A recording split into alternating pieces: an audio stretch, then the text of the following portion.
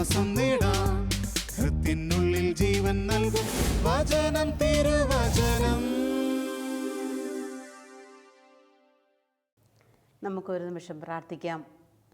പിതാവും പുത്രനും പരിശുദ്ധാത്മാവുമായ ത്രിത്വിക ദൈവമേ, ഞങ്ങളങ്ങയെ ആരാധിക്കുന്നു, സ്തുതിക്കുന്നു, നന്ദി പറയുന്നു. ഈശോയെ, അവിടുന്ന് ഞങ്ങളോട് പറയുവാൻ പോകുന്ന തിരുവചനത്തെ ഓർത്ത് ഞങ്ങൾ നന്ദി പറയുന്നു. അങ്ങയുടെ വചനം ശ്രവിക്കുന്ന നിമിത്തം ഞങ്ങളെ എല്ലാവരെയും അനുഗ്രഹിക്കുകയും ഞങ്ങളുടെ ജീവിതങ്ങളെ അവിടുന്ന് വിശുദ്ധീകരിക്കുകയും ചെയ്യണമേ.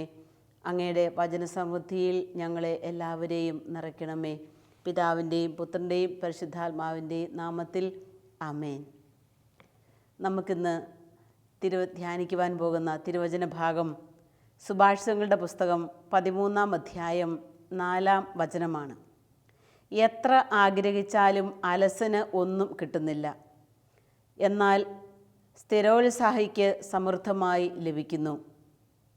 എത്ര ആഗ്രഹിച്ചാലും അലസന് ഒന്നും ലഭിക്കുന്നില്ല, എന്നാൽ സ്ഥിരോത്സാഹിക്ക് സമൃദ്ധമായി ലഭിക്കുന്നു. സുഭാഷിതങ്ങളുടെ പുസ്തകത്തിൽ 13-ാം അധ്യായത്തിൽ 4-ാമത് നമ്മൾ കാണുന്ന ഈ വചനം വളരെ അർത്ഥവത്തായ ഒരു തിരുവചന ഭാഗമാണ്. ഇവിടെ വചനം പറയുകയാണ്, എത്ര ആഗ്രഹിച്ചാലും അലസന് ഒന്നും കിട്ടുന്നില്ല.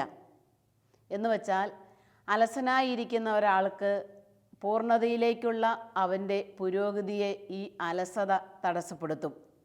മാത്രമല്ല, ശത്രുവിൻ്റെ കരങ്ങളിലേക്ക് അവനെ വളരെ വേഗത്തിൽ കൊണ്ടുപോയി ഈ അലസത എത്തിക്കുകയും ചെയ്യും. അലസത ഒരാളിലേക്ക് കടന്നു വരുന്നത് എങ്ങനെയാണെന്ന് ചോദിച്ചാൽ, ഞാൻ തോന്നുന്ന കാര്യം മാത്രം ചെയ്യും, അല്ലെങ്കിൽ എനിക്ക് ഇഷ്ടപ്പെട്ടത് മാത്രം ഞാൻ ചെയ്യും. അപ്പോൾ അങ്ങനെ എനിക്ക് തോന്നുന്നത് മാത്രം ഞാൻ ചെയ്യുകയുള്ളൂ എന്ന ഒരു മനോഭാവത്തിലേക്കാണ് ഞാൻ കടന്നു വരുന്നതെങ്കിൽ അവിടെ ഒരുപാട് കുറവുകളും വീഴ്ചകളും ഉണ്ടാകാനായിട്ട് സാധ്യതയുണ്ട്. മാത്രമല്ല, ഞാൻ തോന്നിയത് മാത്രം ചെയ്യുമ്പോൾ അതെന്നെ ശത്രുപക്ഷത്തേക്ക് വളരെ സ്പീഡിൽ കൊണ്ടുപോയി എത്തിക്കുകയുമാണ് ചെയ്യുന്നത്. അപ്പോൾ നമുക്ക് തോന്നുന്ന കാര്യം മാത്രം ചെയ്യാനായിട്ടുള്ള ആലോചനയിലാണ് ഞാനും നിങ്ങളുമെങ്കിൽ അലസതയിലാണ് നമ്മൾ കടന്നു പോയിക്കൊണ്ടിരിക്കുന്നത് എന്നുള്ളതാണ് കൃത്യം. എന്നാൽ ഇവിടെ വചനം പറയുകയാണ്, അലസന് എത്ര അധ്വാനിച്ചാലും ഒന്നും കിട്ടുകയില്ല, പക്ഷേ സ്ഥിരോത്സാഹിക്ക് അവന് സമൃദ്ധമായിട്ട് ലഭിക്കുന്നു. ഉത്സാഹശീലമാണ് അലസതയെ ഇല്ലാതാക്കുക.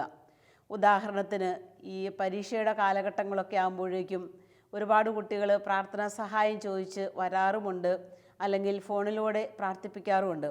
അപ്പോൾ പല കുട്ടികളും ഷെയർ ചെയ്യുന്നൊരു കാര്യമുണ്ട്, സിസ്റ്ററെ, ഞാൻ പരീക്ഷയിലേക്ക് പ്രവേശിച്ചിരിക്കുകയാണ്, പക്ഷെ ഞാനൊന്നും പഠിച്ചിട്ടില്ല. കുറച്ച് പഠിച്ചത് മറന്നു പോകുന്നു. മാത്രവുമല്ല, എനിക്കത് എത്തിപ്പിടിക്കാനായിട്ട് സാധിക്കുന്നില്ല. ചോദിച്ച് വരുമ്പോഴായിരിക്കും കൊച്ച് പങ്കുവയ്ക്കുന്ന ഒരു കാര്യം, ഇന്ന് പഠിപ്പിക്കുന്ന കാര്യം ഇന്ന് പഠിക്കുകയില്ല, അതിങ്ങനെ നാളത്തേന് മാറ്റിവെക്കും, വീണ്ടും നാളത്തേന് മാറ്റിവെക്കും, വീണ്ടും നാളത്തേന് മാറ്റിവെക്കും. അങ്ങനെ പിന്നെ ആകട്ടെ എന്ന് മാറ്റി വയ്ക്കുകയാണ്. അവസാനം പരീക്ഷയുടെ സമയമൊക്കെ ആകുമ്പോഴേക്കും എല്ലാം കൂടെ ഒരു തിരക്കുകൂട്ടാണ്. അത് അധ്യായം നോക്കിയില്ല, ഈ അധ്യായം നോക്കിയില്ല, അത് പഠിച്ചില്ല, ഇത് പഠിച്ചു തീർന്നില്ല. പിന്നെ ഉണ്ടാകുന്ന ഭവിഷ്യത്തുകൾ എന്തൊക്കെയാണെന്ന് നമുക്കറിയാം. ബഹളമായി, വെപ്രാളമായി, പിന്നെ കൊച്ചിന് ഉറക്കമില്ല, കൊച്ചിന് അതിസമൃദ്ധമായിട്ടുള്ള രീതിയിൽ കൊച്ച് പറയുന്നത് എനിക്ക് ഭയപ്പാടാണ്, പരീക്ഷ എഴുതാനായിട്ട് തോന്നുന്നില്ല, ഭയം തോന്നുകയാണ്. അങ്ങനെ ഒരുപാട് അസ്വസ്ഥതകൾ, അതാണ് ശത്രുപക്ഷത്തേക്ക് കൊണ്ടുപോയി നമ്മളെ എത്തിക്കുന്നു എന്ന് നമ്മൾ കണ്ടത്. അലസത ശത്രുവിൻ്റെ കരങ്ങളിലേക്ക് കൊണ്ടുപോയി നമ്മളെ കൊടുക്കുകയാണ് ചെയ്യുക. അത് ക്രമേണ ഉള്ള ഒരു വീഴ്ചയാണ്, ശത്രുവിൻ്റെ കരങ്ങളിലേക്കുള്ള ക്രമേണ ഒരു വീഴ്ചയാണ്. അവസാനം പരീക്ഷയുടെ ദിവസങ്ങളൊക്കെ അടുക്കുന്നു, കൊച്ചു തട്ടിമുട്ടിയൊക്കെ അത്യാവശ്യം വായിച്ചതും പഠിച്ചതൊക്കെ ആയിട്ട് പരീക്ഷാ ഹാളിൽ പോകുന്നു. അന്നന്ന് പഠിക്കാത്തത് കൊണ്ട്, പഠിപ്പിച്ച അധ്യായങ്ങളെല്ലാം പുറകിലേക്ക് തള്ളി ഇട്ടതുകൊണ്ട് അതങ്ങനെ വലിയ കൂട്ടമായിട്ട് തന്നെ മുൻപിൽ അവശേഷിക്കുകയാണ്. അപ്പോൾ അലസത ഒരുവനെ പിടികൂടിക്കഴിഞ്ഞാൽ പിന്നെ അവൻ ആ അലസതയിലൂടെ അനുഭവിക്കുന്ന ഒരു സന്തോഷമുണ്ട്. ആ ഒരു സന്തോഷം അവൻ്റെ ഹൃദയത്തിൽ കയറി കൂടിക്കഴിഞ്ഞാൽ പിന്നെ അവൻ അതിലേക്ക് അവൻ്റെ മനസ്സിനെ ചേർത്ത് വയ്ക്കും. അപ്പോൾ തിരുവചനം നമ്മളെ പഠിപ്പിക്കുകയാണ്, എത്ര ആഗ്രഹിച്ചാലും അലസന് ഒന്നും കിട്ടുകയില്ല. അവൻ ആഗ്രഹിക്കുന്നത് മാത്രമേ ഉള്ളൂ. എന്ന് വെച്ചാൽ പ്രവൃത്തി പദത്തിലേക്കൊന്നും അവൻ കൊണ്ടുവരുന്നില്ലത്രേ. അപ്പം ആഗ്രഹം മാത്രം മനസ്സിൽ നിന്നാൽ പോരാ, പ്രവൃത്തി പദത്തിലേക്ക് നമ്മളത് കൊണ്ടുവരികയും ചെയ്യണം. തിരുവചനത്തിലേക്ക് നമ്മൾ കടന്നു പോകുമ്പോൾ സ്ഥിരോത്സാഹിക്ക് സമൃദ്ധമായി ലഭിക്കുന്നു എന്ന് നമ്മൾ കാണുകയാണ്. എന്ന് വെച്ചാൽ ആ ഒരു ഉത്സാഹശീലം മടിയിൽ നിന്നും അലസതയിൽ നിന്നും നമ്മളെ മാറ്റി നിർത്തി കഴിയുമ്പോൾ ഒരുപാട് കാര്യങ്ങൾ നല്ല രീതിയിൽ വേണ്ടമായ രീതിയിൽ നമുക്ക് ചെയ്യാനായിട്ട് സാധിക്കും. മത്തായി സുവിശേഷത്തിലേക്ക് നമ്മൾ കടന്നു ചെല്ലുമ്പോൾ 11-ാം അധ്യായത്തിൻ്റെ 12-ാമത്തെ തിരുവചനം വളരെ ശ്രദ്ധേയമാണ്. വചനം ഇപ്രകാരം പറയുകയാണ്: സ്വർഗരാജ്യം ബലപ്രയോഗത്തിന് വിഷയമായിരിക്കുന്നു, ബലവാന്മാർ അത് പിടിച്ചെടുക്കുന്നു. എന്ന് വെച്ചാൽ നമ്മളോട് തന്നെ നമ്മൾ ബലം പ്രയോഗിക്കേണ്ടി ഇരിക്കുന്നു. അത് ആത്മീയ കാര്യങ്ങൾ ആയിക്കൊള്ളട്ടെ, അനുദിന ജീവിതത്തിൻ്റെ കാര്യങ്ങളായിക്കൊള്ളട്ടെ, അതെല്ലാം മനോഹരമായി ക്രമീകരിക്കപ്പെടാൻ നമ്മളോട് തന്നെ ബലപ്രയോഗം നടത്തണം. അങ്ങനെ ബലപ്രയോഗം നടത്തുന്ന ഒരാൾക്കാണ് അവൻ്റെ ജീവിത കർമ്മങ്ങളിൽ വിജയം കൈവരിക്കാനായിട്ട് സാധിക്കുക.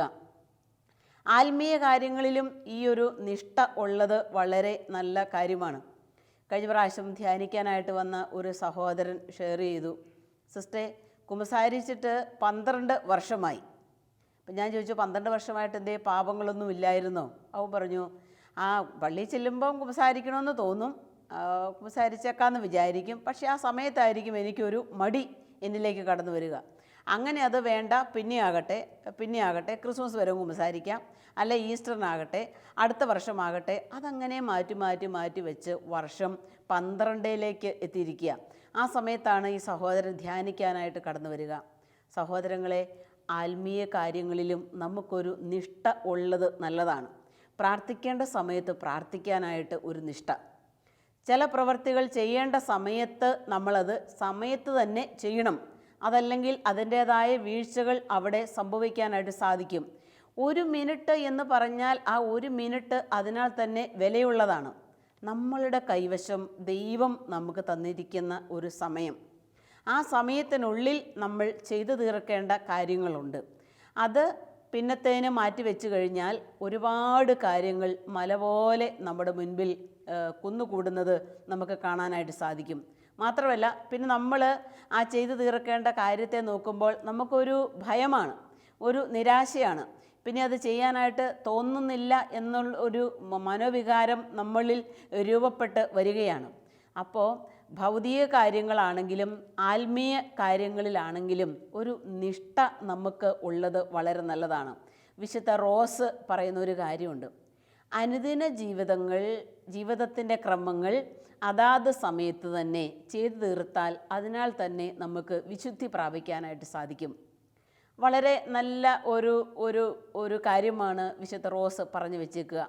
അനുദിന ജീവിതത്തിൻ്റെ കാര്യങ്ങൾ അതാത് സമയത്ത് അതങ്ങ് ചെയ്ത് തീർക്കുകയാണെങ്കിൽ തന്നെ നമുക്ക് വിശുദ്ധി പ്രാപിക്കാനായിട്ട് സാധിക്കും. കഴിഞ്ഞ ദിവസം ഞങ്ങളൊരു വീട്ടിൽ ഒന്ന് പ്രാർത്ഥിക്കാനായിട്ട് കയറി ചെന്നപ്പോൾ ഒരു ചേച്ചി അലക്കുന്ന സ്ഥലത്താണ്, തുണി ഇങ്ങനെ അലക്കിക്കൊണ്ടിരിക്കുക. നോക്കിയപ്പോൾ ഒരുപാട് തുണികളുണ്ട്. ചോദിച്ചതിൻ്റെ ഇത്രയും തുണികൾ. ഉടനെ ചേച്ചി പറഞ്ഞു, എനിക്ക് ഒരാഴ്ചയായിട്ട് മടിയായിരുന്നു സിസ്റ്ററെ, അതുകൊണ്ട് ഞാൻ ഇതിലൊന്നും തൊട്ടില്ല. ഇവന് ഒരുപാടായല്ലോ എന്ന് വിചാരിച്ച് ഞാൻ ഇതെല്ലാം ഒന്ന് റെഡിയാക്കാൻ വേണ്ടിയിട്ട് ഇറങ്ങിയതാണെന്ന്. നോക്ക്, ഒരു ദിവസത്തെ ചെയ്യേണ്ട കാര്യം നമ്മൾ ചെയ്യാതിരിക്കുകയാണ്. അത് 2 ദിവസമായാലോ അതതിൻ്റെ ഇരട്ടിയിലേക്ക് പ്രവേശിക്കും. 3 ദിവസമാകുമ്പോൾ അതിലും അപ്പുറത്തേക്ക് പ്രവേശിക്കും.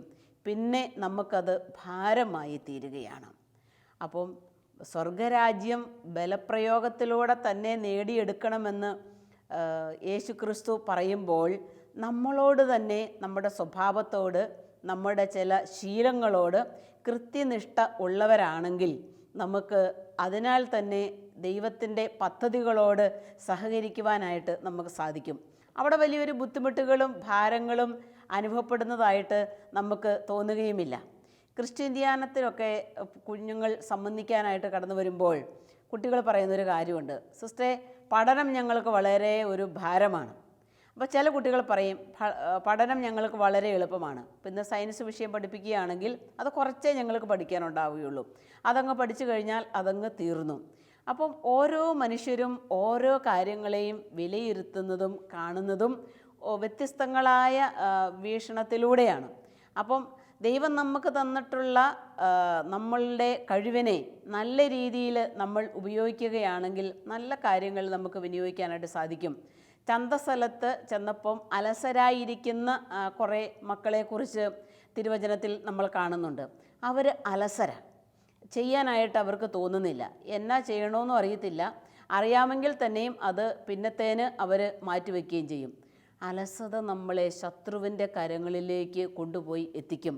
നമ്മൾ കാണുന്നുണ്ടല്ലോ, ദാവീദ് അലസനായ ആ ഒരു ജീവിതത്തിൻ്റെ നിമിഷങ്ങളിലേക്ക് പ്രവേശിച്ചു കഴിഞ്ഞപ്പോൾ ചെയ്യേണ്ട പ്രവൃത്തികൾ ചെയ്യാതെ അവിടെ കിടന്ന് ഉറങ്ങുകയാണ്. നോക്ക്, ദൈവം നമ്മളെ ഏൽപ്പിച്ചിരിക്കുന്ന പ്രവൃത്തികൾ കൃത്യസമയത്ത് നമ്മൾ ചെയ്യാതെ ഇരിക്കുമ്പോൾ അതിലൂടെ കടന്നു വരുന്ന പാപങ്ങളും പാപസ്വാധീനങ്ങളും പാപത്തിൻ്റെ പ്രലോഭനങ്ങളും അത് നമ്മളെ പിടിച്ച് ഞെരുക്കുന്ന ഒരു അവസ്ഥ ഉണ്ടാകും. തിരുവചനത്തിലേക്ക് വീണ്ടും പഴയ നിയമത്തിലേക്ക് നമ്മൾ കടന്നു പോകുമ്പോൾ സാംസനെ നമ്മൾ കാണുന്നുണ്ട്. ഇസ്രായേലിലെ ന്യായാധിപനായിരുന്നു സാംസൺ. സാംസനെക്കുറിച്ച് നമ്മൾ ധ്യാനിക്കുകയും പ്രാർത്ഥിക്കുകയും ഒക്കെ ചെയ്യുമ്പോൾ അവിടെ നമ്മൾ കാണുന്നുണ്ട്, സാംസണിലും കടന്നുകൂടിയ ദൈവിക കാര്യങ്ങളോട്, ദൈവം കൊടുത്ത ആ നല്ല സാധ്യതകളോട് സഹകരിക്കാതിരുന്ന സാംസൺ പാപത്തിലേക്ക്, പ്രലോഭനത്തിലേക്ക് ക്രമേണ വീഴുന്നതായിട്ട് നമ്മൾ കാണുന്നുണ്ട്. നമ്മൾ പൂച്ചെടികളൊക്കെ വെച്ച് പിടിപ്പിക്കുകയാണെങ്കിൽ ചിലപ്പോൾ ചില ചെടികളൊക്കെ ഈ പുഴു തിന്ന് ഇങ്ങനെ അത് വളരെ ശോഭനമല്ലാതെ ഇരിക്കുന്നത് കാണാനായിട്ട് സാധിക്കും. അപ്പോൾ അത് ക്രമേണ അതിൻ്റെ ആ ചെടിയുടെ വേര് ഒരു കൊച്ചു പുഴുവാണ്. അതിങ്ങനെ കുറേശ്ശേയും തിന്ന് അവസാനം അത് കേടുപാട് ഉള്ള ഒരു ചെടിയായിട്ട് മാറുന്നു. അതിൻ്റെ ജീവരസം മുഴുവനും ഈ പുഴു വലിച്ച് എടുക്കുകയാണ്. ഇതുപോലെ തന്നെ മനുഷ്യജീവിതത്തിൻ്റെയും കാര്യങ്ങളിലേക്ക് കടന്നു പോകുമ്പോൾ ആധ്യാത്മിക ജീവിതത്തെ ആയിക്കൊള്ളട്ടെ, ഭൗതിക ജീവിതത്തെ ആയിക്കൊള്ളട്ടെ, ഈ അലസത എന്ന് പറയുന്ന ഈ കാര്യമുണ്ടല്ലോ, അത് കുറേശ്ശേയും നമ്മളെ കാർന്ന് തിന്നുമ്പോൾ ഓർത്തുകൊള്ളുക, ആധ്യാത്മിക ജീവിതം തന്നെ അത് വലിയ ഒരു അഗാധങ്ങളിലേക്ക് പോയി വീഴുന്നത് നമ്മൾ കാണുകയാണ്. അങ്ങനെ എത്രയോ മനുഷ്യരെ നമ്മൾ കണ്ടിട്ടുണ്ട്. ഒരുപക്ഷെ നമ്മളിലും ഉണ്ടായിരിക്കും ഇങ്ങനെയുള്ള ചില പ്രകൃതങ്ങളൊക്കെ. ഏൽപ്പിക്കപ്പെട്ട കാര്യങ്ങൾ ചെയ്യാനായിട്ടുള്ള മടി, അല്ലെങ്കിൽ താല്പര്യമില്ലായ്ക, അല്ലെങ്കിൽ ഇൻട്രസ്റ്റ് ഇല്ലായ്ക. വിശുദ്ധ ആഗസ്തീനോസ് പറയുന്ന ഒരു കാര്യം വളരെ ശ്രദ്ധേയമാണ്. സെൻ്റ് അഗസ്റ്റിൻ പറയുകയാണ്, ദൈവം നമ്മളെ എല്ലാവരെയും ഓരോ കാര്യങ്ങൾ ഏൽപ്പിച്ചിട്ടുണ്ട്. അത് ജനിച്ച ഒരു കുഞ്ഞു മുതൽ മരണക്കിടക്കയിൽ കിടക്കുന്ന ഒരു മകൻ വരെ ദൈവം ചില കാര്യങ്ങൾ ചിലരെ ഏൽപ്പിച്ചിട്ടുണ്ട്. അതെല്ലാം ദൈവം ഏൽപ്പിച്ചതെല്ലാം കൃത്യമായി അതാത് ദിവസം നമ്മൾ ചെയ്യുകയാണെങ്കിൽ ദൈവഹിതത്തോട് നമ്മൾ കൂടുതൽ വിധേയത്വമുള്ളവരായിരിക്കും എന്നാണ് വിശുദ്ധ ആഗസ്തീനോസ് പറയുക. ഒരു യുവാവാണെങ്കിൽ ആ യുവാവിനെ ഏൽപ്പിക്കപ്പെട്ടിട്ട് കുറേ കാര്യങ്ങളുണ്ട്. ഇപ്പം ഞാനൊരു ജോലി നോക്കുന്ന ഒരു ഓഫീസിൽ ജോലി ചെയ്യുന്ന ഒരാളാണെങ്കിൽ അവിടെ എനിക്ക് ഏൽപ്പിക്കപ്പെട്ട കുറേ കാര്യങ്ങളുണ്ട്.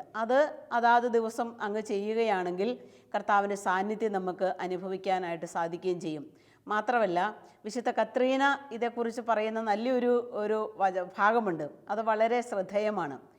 അനുദിന ജീവിതത്തിൻ്റെ കാര്യങ്ങൾ മടിയും ഉപേക്ഷയും അലസതയും ഇല്ലാതെയൊക്കെ നമ്മൾ ചെയ്യുമ്പോൾ, കൃത്യമായി നമ്മൾ ചെയ്തുകൊണ്ടിരിക്കുമ്പോൾ, നമ്മുടെ ഉത്തരവാദിത്തങ്ങൾ നമ്മൾ ചെയ്തു തീർത്തുകൊണ്ടിരിക്കുമ്പോൾ പറയുകയാണ്, അവിടെ മാലാഹമാർ നമുക്ക് വേണ്ടി തമ്പുരാൻ്റെ സന്നിധിയിലേക്ക് നമ്മളെ എത്തിക്കാൻ വേണ്ടിയിട്ടുള്ള മഹത്വത്തിൻ്റെ ഒരു കിരീടം നമുക്ക് വേണ്ടി അവർ തയ്യാറാക്കുന്നുണ്ടെന്ന്. ഇങ്ങനെ നമ്മുടെ അനുദിന ജീവിത പ്രവർത്തികൾ നമ്മൾ സൂക്ഷ്മതയോടുകൂടെ നല്ല ഉത്സാഹത്തോടുകൂടെ ചെയ്യുകയാണെങ്കിൽ മാലാഹമാർ നമുക്ക് വേണ്ടി മഹത്വത്തിൻ്റെ ഒരു കിരീടം ഉണ്ടാക്കുന്നുണ്ടത്രേ. ഹല്ലേലൂയ. അപ്പോൾ ഈ മഹത്വത്തിൻ്റെ കിരീടം നമുക്ക് സ്വന്തമാക്കാനായിട്ട് സാധിക്കുകയാണ് അലസത എന്ന് പറയുന്ന ഭാവം നമ്മൾ ഉപേക്ഷിക്കുകയാണെങ്കിൽ. കഴിഞ്ഞ ദിവസം പ്രാർത്ഥിക്കാനായിട്ട് വന്ന ഒരു സഹോദരി പറഞ്ഞു, സിസ്റ്റർ 3 പിള്ളേരുണ്ട്, പ്രായാധിക്യത്തിൽ കിടക്കുന്ന എൻ്റെ അപ്പച്ചനുണ്ട്, രോഗിയായിരിക്കുന്ന എൻ്റെ അമ്മച്ചിയുണ്ട്, ഇതെല്ലാം എൻ്റെ കയ്യാൽ ചെയ്യേണ്ട കുറേ കാര്യങ്ങൾ എൻ്റെ വീട്ടിലുണ്ട്. പക്ഷേ ഈ അടുത്തിടെയായിട്ട് എനിക്ക് വല്ലാത്ത ഒരു അലസത എന്നെ പിടികൂടിയിരിക്കുക. അതുകൊണ്ട് അതിനകത്തു നിന്ന് രക്ഷപ്പെടാൻ വേണ്ടി സിസ്റ്റർ എനിക്ക് വേണ്ടി ഒന്ന് പ്രാർത്ഥിക്കണം എന്നും പറഞ്ഞാണ് അരിയെ വന്നത്.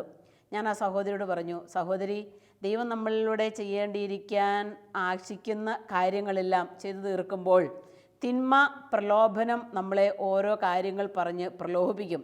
അതിപ്പോൾ ചെയ്യേണ്ട കാര്യമൊന്നുമില്ലെന്നേ, അതിപ്പോൾ നാളെ ചെയ്താലും മതിയല്ലോ, ഇപ്പം തന്നെ ചെയ്യണമെന്ന് എന്നാ നിർബന്ധം. തിന്മ ഇങ്ങനെ നമ്മളെ പ്രലോഭിച്ചുകൊണ്ടിരിക്കും. അപ്പോൾ ആ പ്രലോഭനത്തിലേക്ക് നമ്മൾ പോവുകയാണെങ്കിൽ നമ്മൾ ചെയ്യേണ്ട കർമ്മങ്ങൾ നമ്മൾ മാറ്റി മാറ്റി വയ്ക്കും. നമ്മൾക്കും അങ്ങനെയല്ലേ അനുഭവം ഉള്ളത്. ഇപ്പോൾ ഒരു നല്ല കാര്യം ചെയ്യാൻ പോകുമ്പോൾ ചിലപ്പോൾ നമ്മൾ തിന്മ പറയും, അതിപ്പോൾ ചെയ്യേണ്ട കാര്യമൊന്നുമില്ല, ഇപ്പം നിനക്ക് വളരെ ക്ഷീണമാണ്, നീ ഇപ്പോൾ വളരെ തളർന്നിരിക്കുക, നീ കൊണ്ട് ഇപ്പോൾ കിടന്നുറങ്ങിക്കോ, ഉറക്കമൊക്കെ കഴിഞ്ഞ് ക്ഷീണമൊക്കെ മാറ്റിയിട്ട് ചെയ്യാം. ഉറക്കമൊക്കെ കഴിഞ്ഞ് ക്ഷീണമൊക്കെ മാറി എഴുന്നേറ്റ് വരുമ്പോൾ വീണ്ടും ആ പ്രവൃത്തിയിലേക്ക് പോകുമ്പോൾ ഈ പ്രലോഭനം നമ്മളിൽ നിലനിൽക്കുന്നത് കൊണ്ട് നന്മ ചെയ്യുന്നതിൽ നിന്ന് വീണ്ടും നമ്മളെ ഇത് പുറകോട്ട് പിടിച്ച് മാറ്റുകയാണ്. ഒരു സഹോദരന് കഴിഞ്ഞ ദിവസം ഫോൺ വിളിച്ചപ്പം മധ്യസ്ഥ പ്രാർത്ഥനയ്ക്ക് ഒരു നിയോഗം പറഞ്ഞു. നിയോഗം ഇതാണ്: സിസ്റ്ററെ, ദേവാലയത്തിനടുത്താണ് എൻ്റെ ഭവനം. എല്ലാ ദിവസവും എനിക്ക് മനസ്സ് വെച്ചാൽ വിശുദ്ധ ബലി അർപ്പണത്തിൽ പങ്കുചേരാം. പക്ഷേ എൻ്റെ ഈ ഉറക്കം കാരണം എനിക്ക് രാവിലെ 6:45 വിശുദ്ധ ബലി ഇടവകയിൽ. 6:45 ആകുമ്പോഴേക്കും ഉണരാനുള്ള എൻ്റെ മടി കൊണ്ട് വിശുദ്ധ ബലിയർപ്പണത്തിൽ പോകാനായിട്ട് എനിക്ക് സാധിക്കുന്നില്ല. അതുകൊണ്ട് സിസ്റ്റർ ഫോണിലൂടെ പ്രത്യേകം പ്രാർത്ഥിക്കാമോ എന്ന് ചോദിച്ചാണ് ആ സഹോദരൻ പ്രാർത്ഥനാ സഹായം ആവശ്യപ്പെട്ടത്.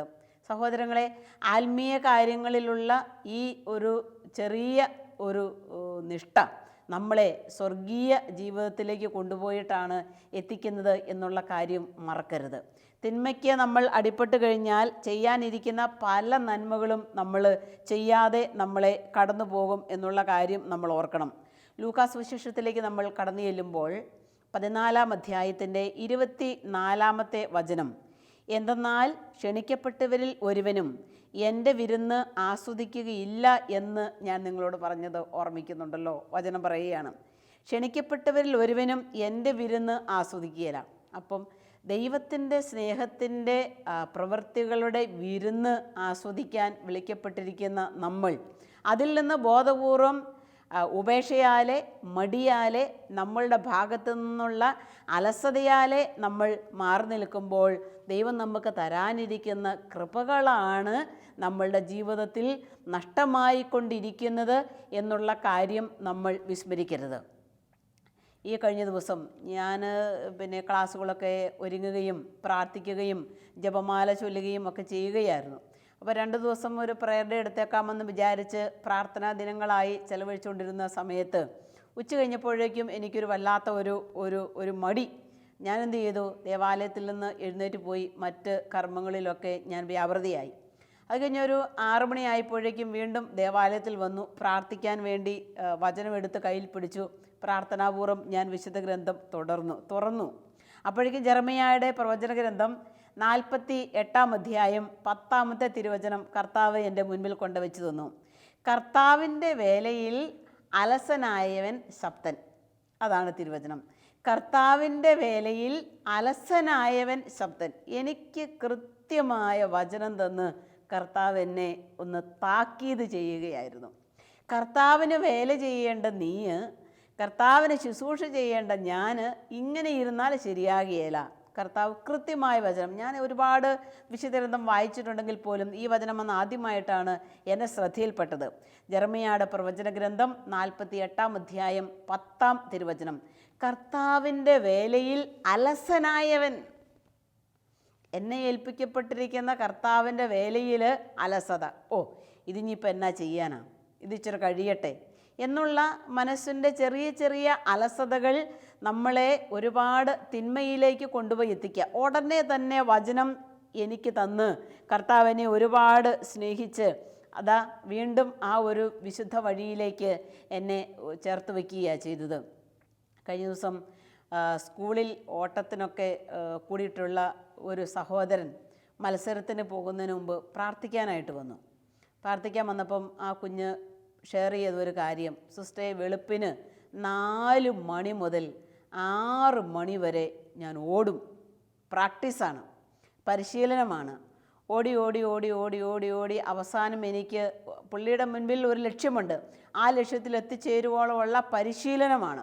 അപ്പോൾ നോക്ക്, 9ാം ക്ലാസ്സിൽ പഠിക്കുന്ന ഈ കുഞ്ഞ് വെളുപ്പിന് 4 മണി മുതൽ 6 മണി വരെ പരിശീലനത്തിലാണ്, ഓട്ടത്തിൻ്റെ പരിശീലനത്തിലാണ്.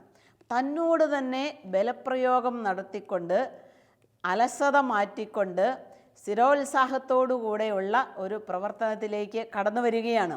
കർത്താവിൻ്റെ സ്നേഹം അവിടെ അനുഭവിക്കാനായിട്ട് സാധിക്കും. സുഭാഷിതങ്ങളുടെ പുസ്തകത്തിൻ്റെ 28-ാം അധ്യായത്തിൻ്റെ 25-ാം വചനം, കർത്താവിൽ ആശ്രയിക്കുന്നവരാകട്ടെ ഐശ്വര്യം നേടും. എന്നാൽ നമ്മുടെ എല്ലാ കാര്യങ്ങളിലും കർത്താവിനെ ആശ്രയിച്ചുകൊണ്ടാണ് നമ്മൾ നമ്മുടെ വേലയിലേക്ക് ഇറങ്ങുന്നതെങ്കിൽ അവിടുത്തെ അനുഗ്രഹവും ഐശ്വര്യവും നമ്മളിലേക്ക് ഉണ്ടാകും. പൗലോസ് തിമോത്തിയോസിന് എഴുതിയ 1-ാം ലേഖനം 6-ാം അധ്യായത്തിൻ്റെ 12-ാമത്തെ വചനം, വിശ്വാസത്തിൽ നല്ല പോരാട്ടം നടത്തുകയും നിത്യജീവനെ മുറുകെ പിടിക്കുകയും ചെയ്യുക, ഇതിലേക്കാണല്ലോ നീ വിളിക്കപ്പെട്ടിരിക്കുന്നത്. നിത്യജീവത്തിലേക്കാണ് വിളിക്കപ്പെട്ടിരിക്കുക. അപ്പം സ്ഥിരോത്സാഹത്തോടുകൂടെ ഓടാനും സ്നേഹത്തിൻ്റെ പൂർണ്ണതയിൽ ഏൽപ്പിക്കപ്പെട്ടിരിക്കുന്ന കാര്യങ്ങൾ ചെയ്യുവാനും അലസതയും മടിയും ഉപേക്ഷയുമൊക്കെ നമ്മളുടെ സ്വഭാവത്തിൻ്റെ ശീലമല്ലാതാക്കിക്കൊണ്ട് കർത്താവിൻ്റെ പ്രവർത്തനത്തിൽ വ്യാപൃതരാകാനും കർത്താവ് നമ്മളെ വിളിക്കുക. നല്ല ഒരു കുടുംബജീവൻ നയിക്കാനും നല്ലൊരു അർപ്പിത ജീവൻ നയിക്കാനും ഈ ഒരു സ്ഥിരമായിട്ടുള്ള മനസ്സിൻ്റെ ഒരു ഉത്സാഹശീലം വളരെ നല്ലതാണ്. അതല്ലെങ്കിൽ അലസതയാണ് നമ്മളുടെ കൂടപ്പിറപ്പായിട്ട് നമ്മുടെ കൂടെ ഉള്ളതെങ്കിൽ അത് നാശത്തിലേക്കും പ്രലോഭനത്തിലേക്കും അശുദ്ധിയിലേക്കും പാവ സാഹചര്യങ്ങളിലേക്കും തിന്മയുടെ ഭാഗത്തിലേക്കുമായിട്ടായിരിക്കും നമ്മളെ കൊണ്ടുപോയി എത്തിക്കുക. അതുകൊണ്ട് കർത്താവ് നമുക്ക് തരുന്ന ആ നല്ല സമയം, നമ്മളെ ഏൽപ്പിച്ചിരിക്കുന്ന നല്ല കാര്യങ്ങൾ സ്ഥിരോത്സാഹത്തോടുകൂടെ നമുക്ക് ഓടി തീർക്കാം. അലസന് അസാധ്യമായത് സ്ഥിരോത്സാഹിക്ക് സാധ്യമാണ് എന്നുള്ള കാര്യം നമ്മുടെ മനസ്സിൽ നമുക്ക് കുറിച്ചിടാം. അതുകൊണ്ട് വീട്ടിലെ കാര്യങ്ങളും കുടുംബത്തിൻ്റെ കാര്യങ്ങളും വ്യക്തിജീവിതത്തിൻ്റെ ആത്മീയ ജീവിതത്തിൻ്റെ എല്ലാ നിഷ്ഠകളും ഏറ്റവും തീക്ഷ്ണതയോടുകൂടെ ചെയ്യുവാനായിട്ട് നമുക്ക് കർത്താവിനോട് പ്രാർത്ഥിക്കാം. വചനമായ ഈശോയെ, സ്ഥിരോത്സാഹത്തോടുകൂടെ ഞങ്ങളുടെ ജീവിതത്തെ നോക്കിക്കാണുവാനും ഏറ്റവും നല്ല രീതിയിൽ അവിടുന്ന് ആഗ്രഹിക്കുന്നത് പോലെ ചെയ്യുവാനും പ്രവർത്തിക്കുവാനും ഞങ്ങളെ അവിടുന്ന് സഹായിക്കണമേ. കർത്താവെ, ഞങ്ങൾക്ക് ഓരോരുത്തർക്കും ഏൽപ്പിക്കപ്പെട്ടിരിക്കുന്ന ചെറുതും വലുതുമായ കാര്യങ്ങൾ ഏറ്റവും സ്നേഹത്തോടെ അങ്ങയിൽ ആശ്രയം വെച്ച് ചെയ്യുവാൻ ഞങ്ങളെ സഹായിക്കണമേ. ഞങ്ങളുടെ ഉള്ളിൽ കുടികൊള്ളുന്ന, ഞങ്ങളുടെ പ്രവർത്തന സ്വഭാവത്തിൽ കുടികൊള്ളുന്ന അലസതയും മടിയും ഉപേക്ഷയും അങ്ങയുടെ കരങ്ങളിൽ ഞങ്ങൾ സമർപ്പിക്കുന്നു. തീക്ഷ്ണതയുള്ളവരാക്കി ഞങ്ങളെ എല്ലാവരെയും മാറ്റണമേ. പിതാവിൻ്റെയും പുത്രൻ്റെയും പരിശുദ്ധാത്മാവിൻ്റെയും നാമത്തിൽ ആമേൻ.